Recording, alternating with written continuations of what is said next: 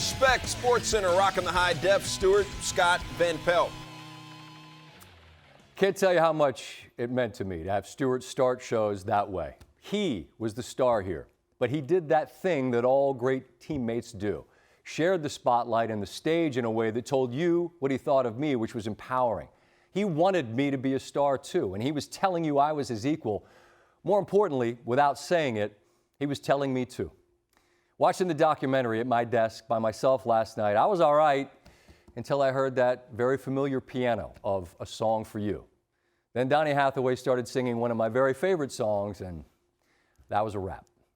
Taylor and Sydney have been on with us and have shared quite a lot. For them to share with the world the face we knew so well as he was transitioning from this life was very, very heavy. Because Stuart Scott was our colleague. He was your favorite athlete's favorite anchor, but he was their dad, their brother, and their son. He fought bravely, and by his own definition, he didn't lose to cancer because of how he lived, why he lived, and in the manner in which he lived. In his book, he shared how he felt he messed up that line because how and in the manner in which were redundant.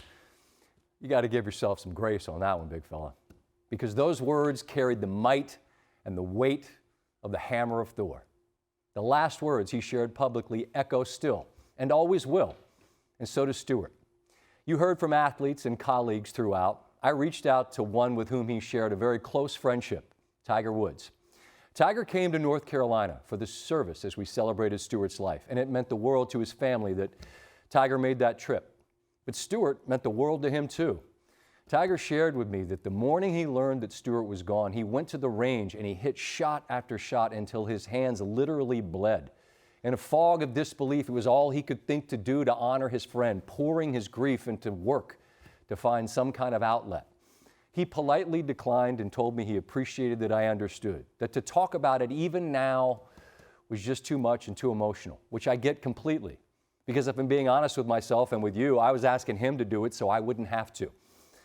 Would have been fun, though, to laugh about how much Stuart loved the game of golf. He certainly looked the part, but he would tell me what he claimed his handicap was. I'd tell him, Stuart, I will meet you at Wampanoag tomorrow and play you for all the money you have in the world if you want to play off that vanity handicap. Because he was good, but he wasn't that good. Out here, though, on a set, in his element, he wasn't a scratch as an anchor. He was plus infinity. I think of him often. And I wish more than anything that he could see his little girls, who are now remarkable grown women, so much like their dad and their mom.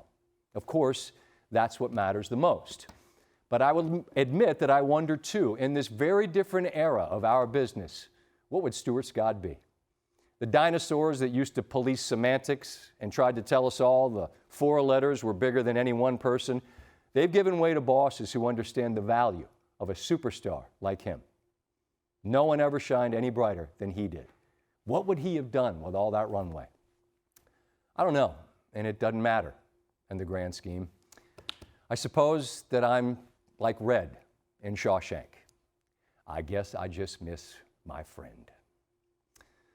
We want to remind you that it is V Week at ESPN. We are honoring Stuart's commitment to fighting cancer. The Stuart Scott Cancer Research Fund supports critical cancer research and is making a real difference in people's lives. If you're able, please give at v.org/Stuart. 100% of donations go directly to cancer research.